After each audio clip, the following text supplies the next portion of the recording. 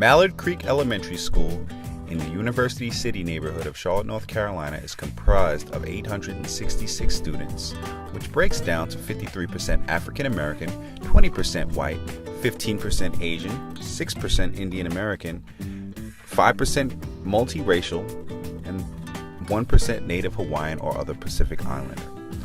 Their kindergarten classes average 19 students per class, while the 4th and 5th grade classes average 24 students per class. The school made high growth on the North Carolina end of grade test in the 2011 to 2012 school year. However, the school noticed disparities among percentages of growth made among academically gifted students compared to that growth made by regular education students. These disparities indicated a need for more differentiated and specialized instruction. Caden first started at Mallard Creek Elementary, beginning in kindergarten. He did have some anxiety issues going on where he was nervous about going to school. We noticed when we were bringing Caden to school, he was upset. They recognized a need for a more diagnostic approach to identifying students as evidenced by the achievement gaps among subgroups. After looking at information gathered by the North Carolina Teacher Working Conditions Survey, they found that their teachers needed more professional development on differentiation and more experiences in utilizing data to drive instruction. Right now, yes, we want him to thrive in school academically, but he had so many setbacks emotionally, just adapting in school, where the academics was hurting him. It became evident to the school that teachers needed more help in identifying students that could be helped by the academic tools of the intervention team. The school created an action plan to address students' needs and promote higher academic achievement. 6 core school improvement committees were formed to review data and develop actions to drive school improvement. An RTI committee comprised of the RTI facilitator, the principal, the assistant principal, the literacy facilitator, a literacy specialist, 2 teacher liaisons, and the dean of students was also formed to develop and implement an RTI blueprint. One of the things that the team did was they tried to find out what Caden's strengths were and their weaknesses were.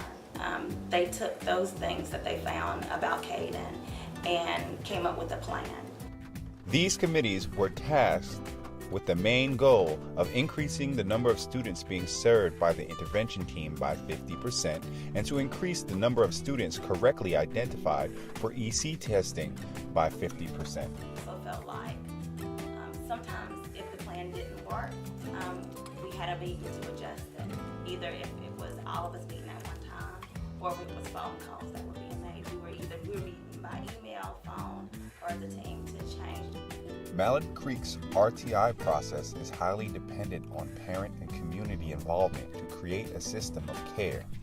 This coordinated network of community-based services and supports are organized to meet the challenges of students.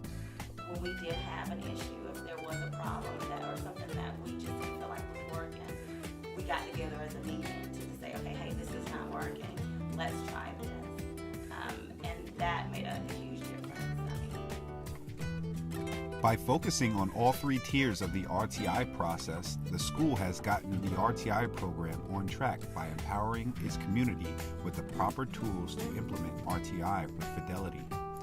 Student achievement has increased. Teachers are better prepared to utilize the RTI process. The school surpassed their stated goal of increasing intervention team referrals by 50%, achieving a 400% increase in referrals. Progress monitoring and assessment now happens every 20 to 30 days as opposed to twice a year. Parent and community involvement has been better than ever, reaching an 80% participation rate in measurable intervention team activities. I do feel that the interventions that the Mallard team set in place were very helpful for my child. He's happy and he loves to be here. And that's what we wanted out of anything that was wanted. We wanted him to want to come to school. He